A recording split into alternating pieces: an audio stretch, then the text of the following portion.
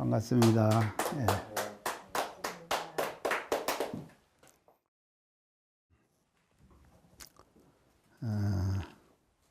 지난 시간에 제 1장에 대해서 같이 공부를 해봤습니다.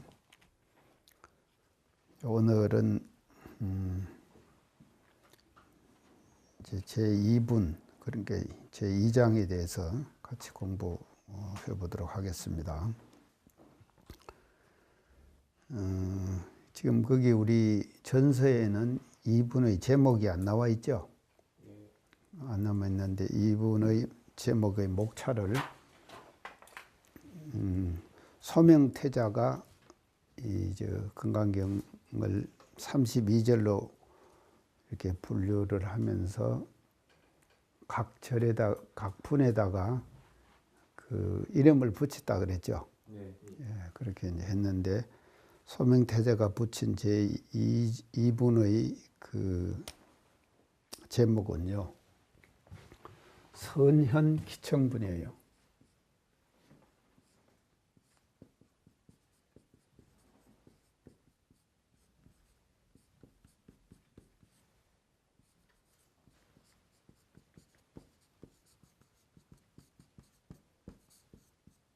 제2 이렇게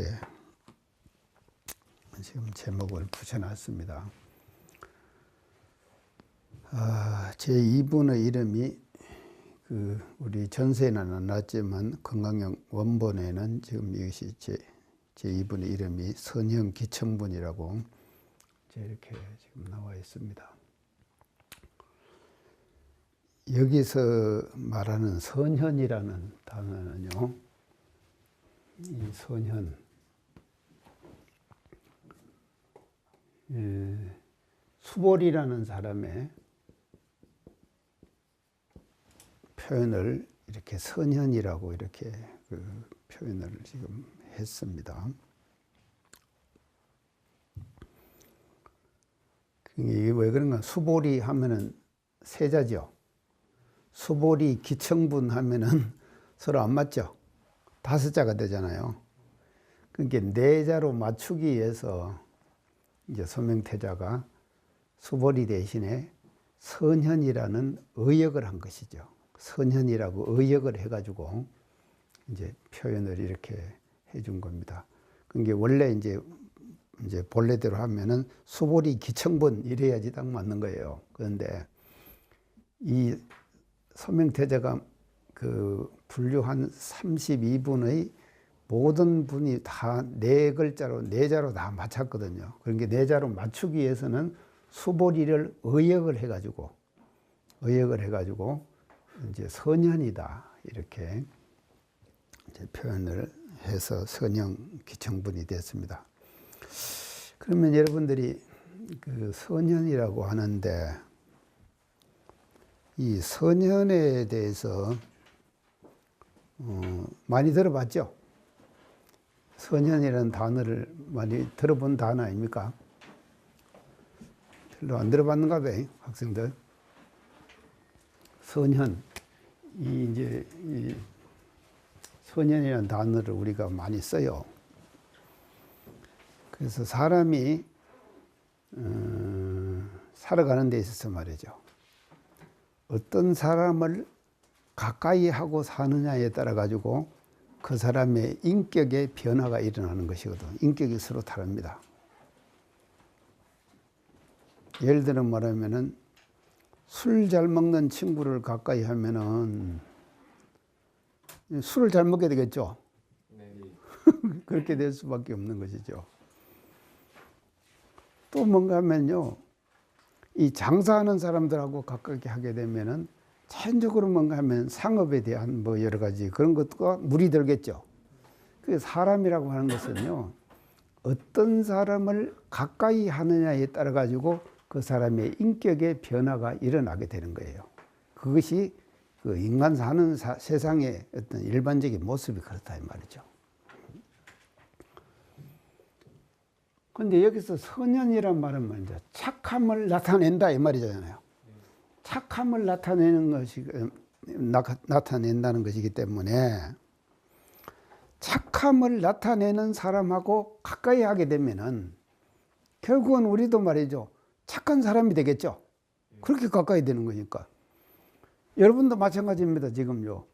내 강의를 지금 듣잖아요. 강의를 듣는데 강의를 들으면 나하고 자꾸 가까워지죠.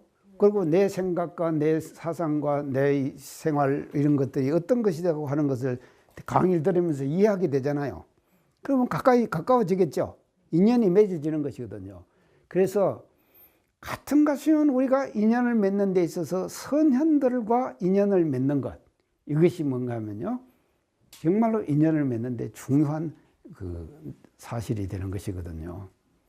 그래서 선현이라고 하는 단어를 우리는 일반적으로 수보리에게만 적용하는 것이 아니라 일반적으로 선현이라고 하는 단어를 사용하고 살게 된다 하는 것을 이제 우리가 알아야 될 것 같습니다. 그래서요, 여러분들 되도록이면은요, 교무님, 지도교무님하고 가깝게 살으셔야 돼요. 지도교무님을 가깝게 해야 된다 이 말이죠. 근데 그게 그리 안 되대. 내가 서원관에서 사감할 때요, 규칙 잘 안 지키고 그런 사람 있잖아요. 그런 사람 있으면은 내가 자연적으로 꾸중하고 그럴 거 아니에요. 그러면은요, 내가 이렇게 총부에 딱 나타나가지고 영매전 앞으로 이렇게 가면은 그 사람이 나를 피해갖고 어디로 가는 가 하면요, 이쪽 기념관 앞으로 가는 거예요. 내가 기념관 앞으로 가면 저쪽으로 피해서 가는 거예요. 피획도로 가는 거예요. 그것이 사람 사는 인지상정 아닙니까? 이것이요. 내가 잘못이 아니에요. 그것이 절대 잘못이 아니다 이 말이죠. 잘못이 아닌데 문제는 뭔가 하면요, 어떤 사람을 가까이 하고 사느냐에 따라 가지고 자기의 인격에 말이죠, 큰 변화가 오게 되는 것이다. 그래서 우리 대산종사님 그러셨어요. 도토리나무 밑에서는 도토리만 죽게 되죠. 밤나무 밑에서는 밤나무만 죽게 되죠. 그렇게 되는 거예요. 그래서요, 선현의 밑에서 자라고 선현의 밑에서 지도를 받고 선현과 가까이 하고 이렇게 되면은 결과적으로 어떻게 되느냐, 나도 말이죠, 그 사람과 가까이 자꾸 지냄으로써 그 사람과 같은 사람이 돼가는 것이거든요. 이래서 우리가 선현이라는 이 단어를 일상생활 속에서 우리가 많이 쓰게 되고 이것이 대단히 중요한 것이다 이 말이죠. 그래서 여러분들도 앞으로 말이죠, 되도록이면은 공부심이 있고 공부를 잘하고 하는 사람들과 자꾸 가까이 하고 한 번이라도 더 찾아뵙고 문답 감정을 하고 이렇게 해야만이 말이죠, 여러분들의 생활과 공부가 진작돼 간다. 이제 그렇게 이제 말씀드릴 수가 있습니다. 그 다음에는 기청분 그랬죠. 기청이라는 것은 뭔가 하면요, 일어나서 청한다. 일어나서 청한다. 일어나서 청한다. 그래서 선현이 말이죠. 그러니까 선현은 여기서 수보리라 그랬죠. 수보리의 의역이라고 했죠. 근데 이제 일반적인 선현의 내용을 아까 내가 지금 설명을 했는데 그것도 이제 중요하지만도 여기서는요, 이 지금 건강경 제2분에서는 수보리예요. 지금 선현이요. 그러니까 수보리 같은 사람을 가까이 하자. 내가 이제 한마디로 말하면 그렇게 이제 말씀드릴 수가 있습니다. 그래서 기청이라 자리에서 일어나서 청하는 거예요. 자리에서 일어나서 청했다 이 말이죠. 자리에서 일어나서 청했다. 이제 그것이 제2분의 그 소명태자가 그 제목을 단 것이 말이죠. 선현 기청분 제2 이렇게 지금 이제 소명태자가 이 분절을 나누어 가지고 그 대의를 한마디로 표현해 가지고 대의를 2절의 대의는 선현 기청이에요. 그래서 선현 수보리가 일어나서 청하는 것이 이 제2 건강경 제2장의 그 대의가 되는 거다. 이제 그렇게 볼 수 있습니다. 자, 본문으로 들어가 봅시다요. 시에 장로 수보리. 시에, 이 시는 때시자죠. 이때 말이죠. 이제 이때는 언젠가 하면요, 제1절에서 걸식을 하셔가지고 밥을 빌리셨죠. 그래갖고 환지 돌아와가지고 이제 반식을 하시고 밥을 다 잡수셨죠. 그러고는 수입을 했죠. 어발을 걷어가지고 이제 잘게 해가지고 이제 지금 딱 얹어놓은 거예요. 어발을요. 그래서 발을 이제 놓고 그 다음에 세조기 했죠. 발을 씻었죠. 그래서 발을 왜 씻었느냐.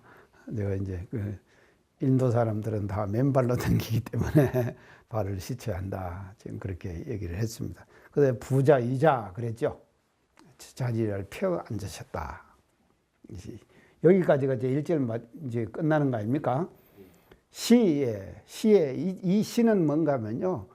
그렇게 다 이제 밥을 다 잡수시고 세조 이제 또 발도 씻으시고 해가지고 딱 앉으셨던 그때에 이 말이죠. 그때에 시에 부자이자 자리에 앉으신 그때에 시에 장로 수보리.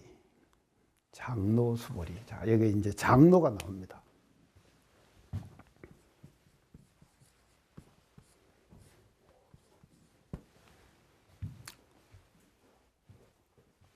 장로라는 말입니다. 이게 이제 장로라는 말의 산스크리트 원어는요, 뭔가 하면 아우스마트.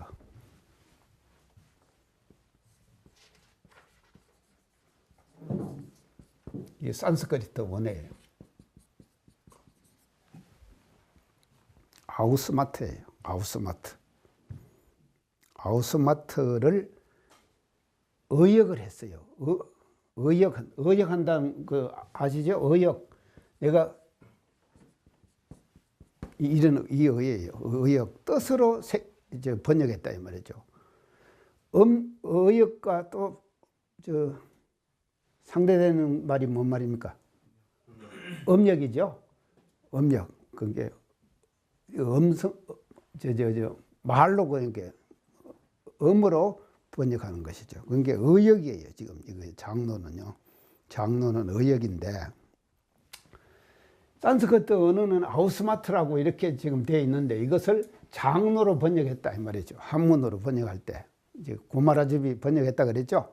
그래서 지금 여기서 우리가 지금 건강경에서 사용하는 건강경의 번역은 지금 구마라집이 번역한 내용을 가지고 우리가 공부한다 그래서 이거 얘기했죠. 그래서 구역과 건강경의 번역은 구역과 신역이 있다.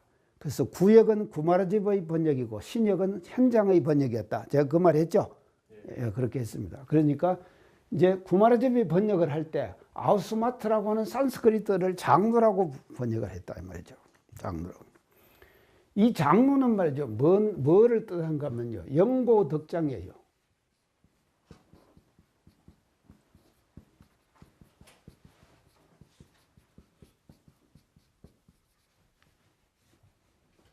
왜 뭔 말입니까? 이게 한문이니까 한문을 많이 쓸 수밖에 없는 거예요. 영고덕장이 뭡니까?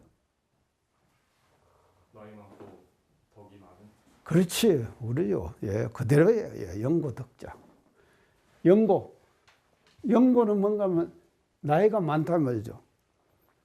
여러분들 나보다는 작죠, 나이가? 내가 여러분들한테 되면 장로네.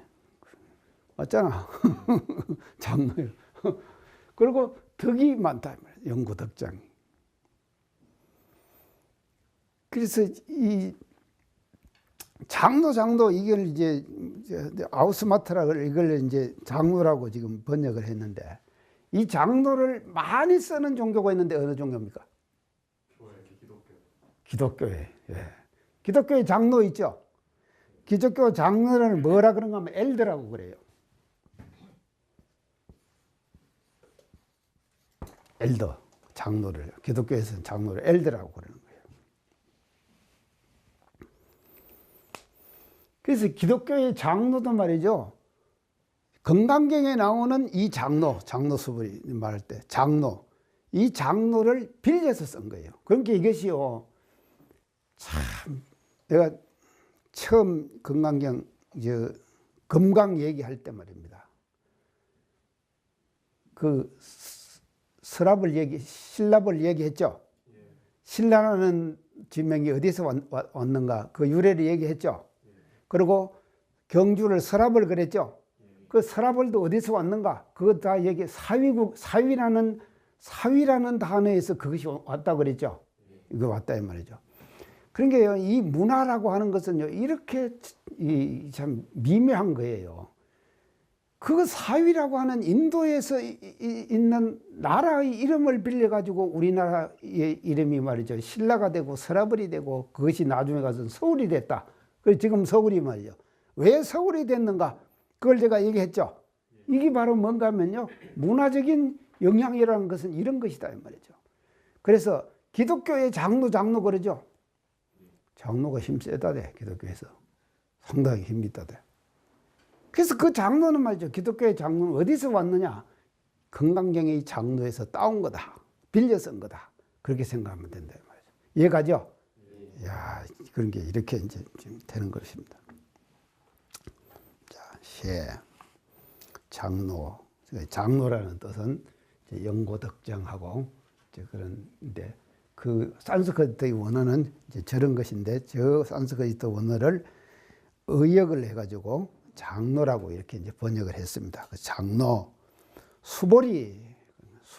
자, 드디어 이제 수보리가 등장합니다.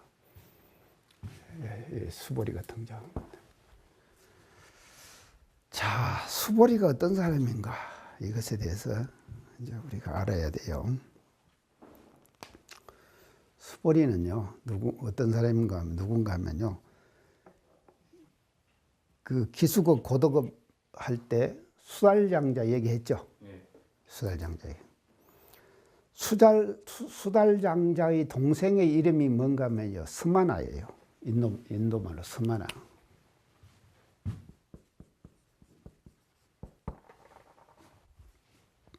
동생의 이름이에요. 스마나. 이제 수달장자가 이게 형제가 있었던 모양이죠. 그러니까 형은 뭔가 하면요. 수달장자, 극고독, 그걸 이제 좋은 말로 번역하면 극고독이라 그랬죠. 고독한 사람들에게 많은 재물을 베풀어 가지고 그 사람들을 구해줬다. 그런 장자라서 극고독이라고 하는 그런 그 참 별칭을 이제 받게 됐다. 그 얘기를 지금 했는데요. 그 수달장자의 동생이 스마나인데요. 스마나에는 아들이 하나 있었어요. 근데 스마나의 아들이 누군가 하면요. 수보리예요. 수보리다 이 말이죠. 그러면은 수달장자하고 수보리하고 관계가 어떻게 됩니까? 삼촌 조카죠.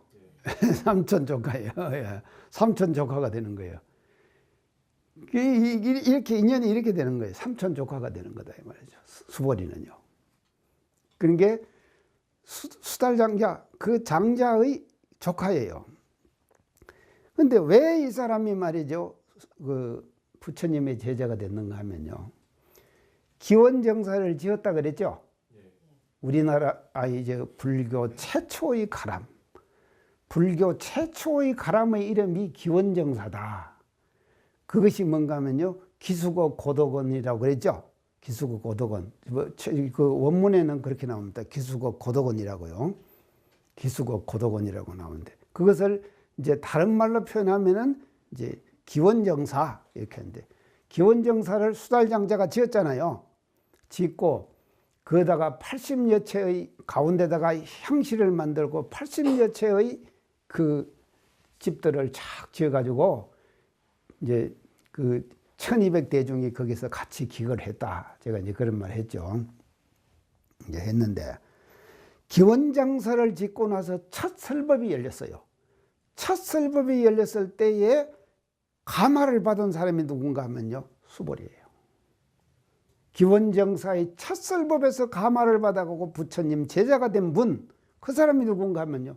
수보리다 이 말이죠.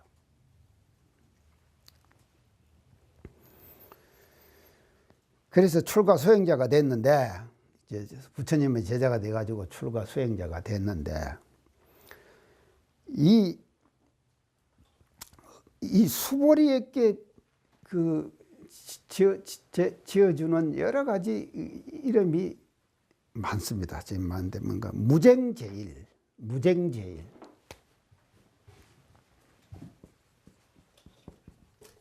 무쟁은 쟁투를 안 한다 이 말이죠. 쟁투 제일 안 하는데 제일이다. 참 그게 편한 모양이죠. 사람이 굉장히 그 편안한 모양이죠. 편안하게. 무쟁제일. 어떤 사람은 마음이 좋아가지고 마음씨가 좋아가지고 이게 다투지 않고 그런 사람 있죠. 아주 마음이 너그럽고 관용을 베풀고 이렇게 해가지고 그런 사람이 있다 이 말이죠. 그래서 이 지금 수보리가 그런 사람인 거예요. 그래서 무쟁제일 그랬단 말이죠. 그 다음에 색상제일. 모습이 잘생겼단 말이죠. 색상제일. 모습이 아주 수보리의 모습이 근엄하게 잘생겼는 모양이에요. 아주 잘생겼다. 그래서 색상제일. 그 다음에 이제 마지막으로 수보리에게 붙는 별칭이 또 하나 있는데 그게 뭔가 하면 해공제일. 이건 이제 한문으로 내가 쓸게요. 해공제일.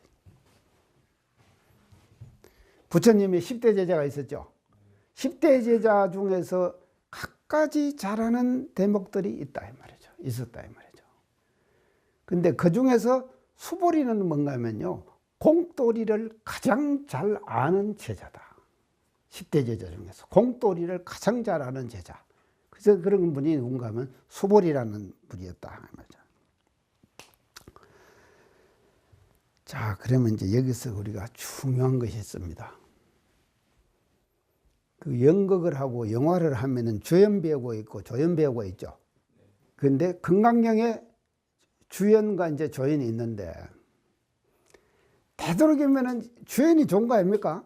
주연이 좋은 것인데 금강경의 주연은 누가 주연인가 하면요. 주연 배우는 누군가 하면요. 붓다, 역사적인 붓다하고 수보리하고 이 두 분이 뭔가 하면요. 금강경 전체의 주역이에요. 그래서 뒤에 이제 나오는데 보면요. 모든 내용들이 전부 다 뭐냐 하면요. 금강경이에요. 모든 내용들이 부처님과 수보리하고 대화하는 내용이죠. 대화한 내용이죠. 자, 그러면 이제 아까 내가 이제 얘기를 했는데 수보리는 어떤 사람인가 하면요. 그 수달장자의 조카라고 했는데 수보리는 계급적으로 볼 때 뭔가 하면 브라만 계급. 근데 부처님은요. 인도의 사성 계급 중에서요. 브라만이 아니에요. 샤카족의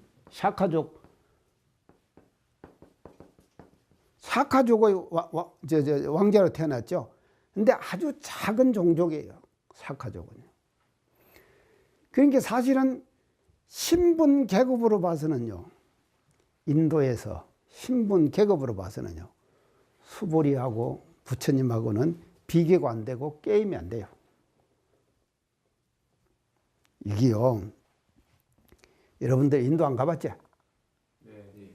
와, 근데 나는 인도를 가봤는데요. 브라만 계통의 그 지도자가요. 그 밑에 계급 있지 않습니까? 그게 운전기사한테 우리를 태워갈 운전기사한테 명령을 하는데 지시를 하는 거예요. 이분들을 모시고 어떻게 해라고 자기들 말로 착 지시를 해요. 지시를 하는데 이분이 기사가 그거 딱 서가지고 막 그냥 착착착착 이 하는 대로 막 예 대답을 하는데 나는요.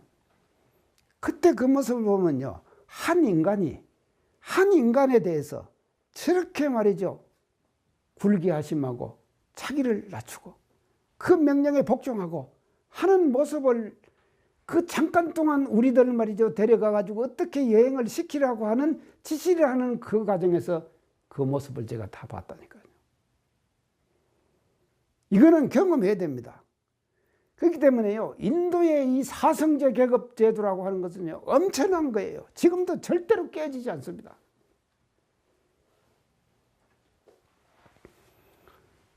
자, 그러면요. 이 건강경의 드라마 건강경이라고는 이 드라마의 주역은 붓다하고 수본인데 신분적으로 볼 때는요 두 사람이 비교가 안 된다 이 말이죠.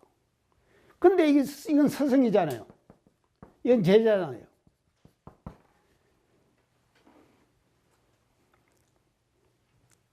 자, 그런 게요 불교가 말입니다. 인도에서 불교가 지금 거의 다 사라졌죠.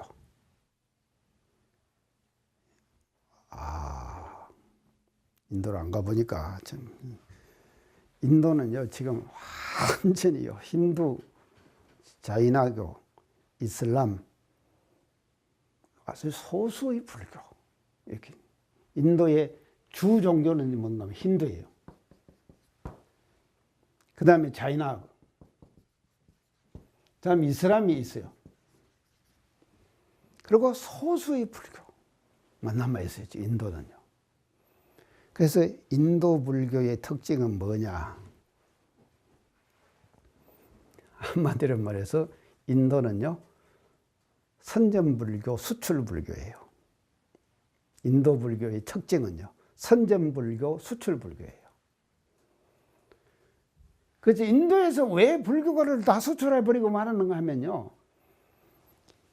이 붓다와 수보리의 관계가 말이죠, 스승과 제자의 관계가 되는데 이것은 뭔가 하면요, 힌두의 계급을 타파한 것이거든요. 완전히 그러죠? 이건 대단히 혁신적인 것이다. 혁신적인 것이. 그런데 아주 혁신적인 것이기 때문에 혁신적인 것이 인도의 보수적이고 그 힌두의 엄청난 그 체제 있잖아요. 그 체제에 뿌리박지를 못 해버린 거예요. 그래가지고는요, 인도에서 불교는 다 수출해버렸어요. 그리고 우리나라에서 성현 나타. 근데 그 성현의 이름은 누구냐? 붓다다. 근데 붓다는 어떤 사람이냐? 힌두 사람들이 어떻게 얘기하는지 압니까? 힌두에는요, 비스누 신이 있어요. 인도는 신의 국가예요. 신의 나라예요. 신이 엄청 많아요, 인도는요. 근데 비스누 신이라는 사람이 있거든요. 비스누 신이 있는데요.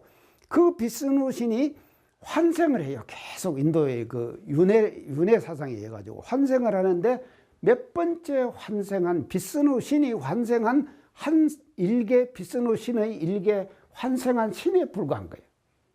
그래서 인도에서는 불교를 말이죠, 힌두가 그냥 삼켜버린 거예요. 그거는 왜 그런가 하면요, 이런 붓다와 수보리와의 관계를 해서 우리가 볼 수 있는 것과 마찬가지로 인도의 사성제 계급 제도를 완전히 철폐해버린 이런 혁신적인 것이 인도에 말이죠, 그대로 적응이 되지 못하고 그냥 수출해버리고 말아버렸다. 그런 그 사상적인 배경이 있다는 것을 이제 알아둬야 합니다. 그래야지만이 우리가 인도를 이해할 수가 있는 거다, 이 말이죠. 자, 수보리. 생기기도 잘생겼고, 브라만 계급이고, 이 멋지잖아요. 근데 한 분은 말이죠, 붓다는 말이죠, 참 이제 스승이 돼가지고 깨쳐가지고 말이죠, 스승이 되고. 그래서 붓다와 수보리와 두 분이 말이죠, 이 건강경 내용의 두 주인공으로 등장을 하게 되는 거다. 자, 그렇게 해가지고 대중종하사 이런 수보리가 말이죠, 수보리의 역사에 대해서 이제 이해갔죠? 예, 이해가 갔습니다. 이게 그렇게 제대중중하사, 대중 가운데 계시사. 누가 있었는가 하면 수보리가 1200 대중 가운데 있었다 이 말이거든요. 1200 대중 가운데 그 계시사. 그래서 적종자기 그랬어요. 적종자기. 그 이제 적종자기는 말이죠, 대중 가운데서 일어서는 장면이에요. 딱 일어서는 대중 가운데서 적종자기. 앉은 자리에서 일어섰다 이 말 아닙니까?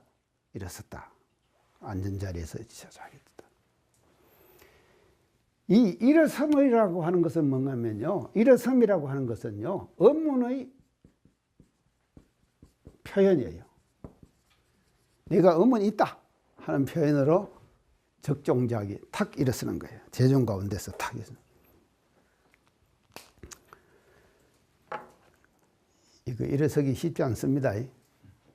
대중 가운데 아이 1200 대중들이 쫙 모여 있는데 그 가운데서 말이죠. 그러니까 이게 스타 기질이 있는 사람은 또 일어서기를 좋아할 거예요. 스타 기질이 있는 사람 있죠? 상당히 스타 기질이 있는 사람이 있는 거예요. 그런 사람은 대중 앞 나서기 좋아하는 사람 있죠? 그런 사람은 턱 일어나서. 근데 보통 사람들은요. 그 많은 대중들이 쫙 운집해 있고 1200 대중이 말이죠. 운집해 있는데 딱 일어선다고 하는 것은요. 이게 쉬운 일이 아니다 이 말이죠. 그래서 저 사람이 대중들이 보니까 탁 일어서잖아요. 저 사람이 뭘 물으려고 하는구나. 업문이 있구나 하는 것을 그 일어섬으로써 표현이 되는 거죠. 표현이 되는 거다. 적종자기. 딱 일어섰다 이 말이죠. 자. 그 다음에 이제 두 번째는 뭔가 편단우견. 편단우견. 여기서 단자가요. 편단우견, 단. 이 단은 뭔가 하면요. 이 단자는요. 벗길단 그래요. 벗길단. 벗긴다. 껍질을 벗긴다 그러죠. 껍질을 벗긴다. 편단. 근데 단은 벗기는 건데 편단이죠. 양쪽 다 벗기는 것이 아니라 한쪽만 벗기는 것이 편단이죠. 한쪽만 벗기는 것이거든. 한쪽만 벗기는 거예요. 양쪽 다 벗기면은 편단이라고 안 쓰는 거예요. 그래서 한쪽만 벗기는데 어느 쪽을 벗겼는가 하면요. 우견. 견자는 뭔가 하면요. 어깨 견자예요. 어깨 견자. 견자. 어깨 견자. 오른쪽 어깨를 벗겼다. 오른쪽 어깨를 벗겼다. 편단 우견. 자, 한번 생각해 보세요. 1200 대중 가운데 탁 일어서면서 말이죠. 오른쪽 어깨 이것을 드러내는 거예요. 오른쪽 어깨를 드러내는 거예요. 오른쪽 어깨를 딱 드러내는 거예요. 그래서 스님들이 가사를 두르죠. 가사를 두를 때 어떻게 두릅니까? 이렇게 두르죠. 한쪽은 가사가 벗겨지죠. 가사가 들은 것이 그것이 역사적으로 여기서부터 이것이 시작이 된 거예요. 스님들이 가사 두르는 방식이 말이죠. 딱 이렇게 두른 거예요. 그게 오른쪽 어깨를 딱 이걸 드러낸다 이 말이죠. 자, 오른쪽 어깨를 드러낸다는 의미는 뭔가 하면요. 자기를 낮춤, 자기 낮춤이에요. 자기를 낮추고 존경을 표현하는 거예요. 존경의 표현으로서 우견 오른쪽 어깨를 벗기는 거예요. 이것이 뭔가 하면요. 그 당시 인도의 하나의 의식의 하나였다. 그래서 딱 일어서면서 순간적으로 옷매무새를 딱 이렇게 정리를 하는 거예요. 옷매무새를 정리를 하는 거예요. 그래서 자기의 존경하는 스승에게 자기를 낮추는 존경의 표시로서 편단우견했단 말이죠. 편단우견했다. 오른쪽 어깨에 옷을 벗겼다. 이것은 이제 그 당시에 그 하나의 의식과 행위의 하나의 그 종류다. 그렇게 이제 여러분들이 이해를 하면 됩니다. 그 다음에 이제 세 번째는요, 우설착지 그랬죠? 우설착지. 오른쪽 설자는 뭔가 무릎설자예요. 이 설자는요, 무릎설자. 오른쪽 무릎을 착지, 땅에다 댔다. 이 말이죠. 오른쪽 어깨에 발을, 오른쪽 무릎을, 발이 아니라 오른쪽 무릎을 우설, 무릎설이거든요. 우설. 오른쪽 무릎을 착지, 땅에다 댔다. 그러면 폼이 어떻게 되겠어? 자, 이제 대충 이해가죠? 폼이 어떻게 되는가? 자, 편단 우견했죠. 일어서 가지고 편단 우견했죠. 그래갖고 오른쪽 이거를 딱 이렇게 땅이 됐다 면 착지하면 앉게 되겠죠. 딱 앉게 되는 것이죠. 우슬 착지.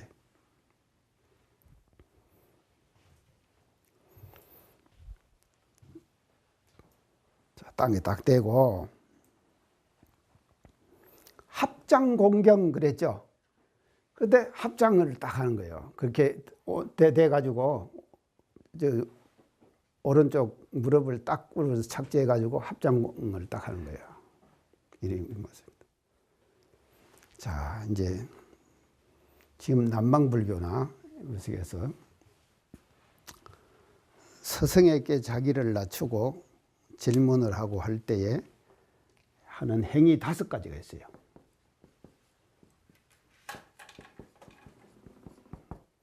첫째는 말이죠. 이건 말하는 적종자기예요.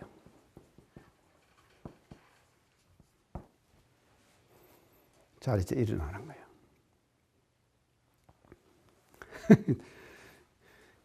자리에서 일어나지 않고 가만히 앉아가지고 질문 있습니다. 이러면 되겠어요? 스승에 대한 도리가 아니겠죠? 스승에 대한 제자의 도리가 아니거든요. 그러니까 적종자기, 반드시 일어서라. 일어서는 것이 5가지 행위, 스승에게 존경을 표하는 5가지 행위 중에 첫째가 적종자기. 그 다음에 2번째가 그 나오는 우설, 편단 우견이에요.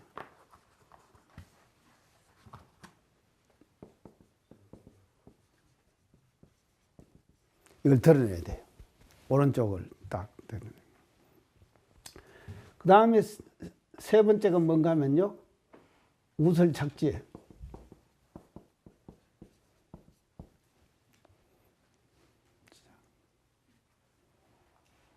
그 다음에 4번째가 합장 공경.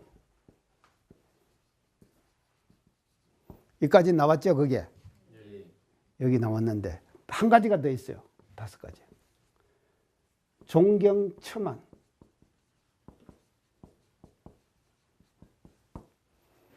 존경하는 눈으로 얼굴을 바라봐요. 바라봐요. 얼굴을 바라본다. 첨안, 얼굴 한자예요. 얼굴을 바라본다. 자, 이거 한번 봅시다요. 아니, 뭔 스승에게도 질문을 할 때 스승을 바라보고 질문을 해야지. 딴 데 바라보고 질문이 있습니다. 이러면 얘가 되겠어요? 안 되겠죠? 안 되는 거예요.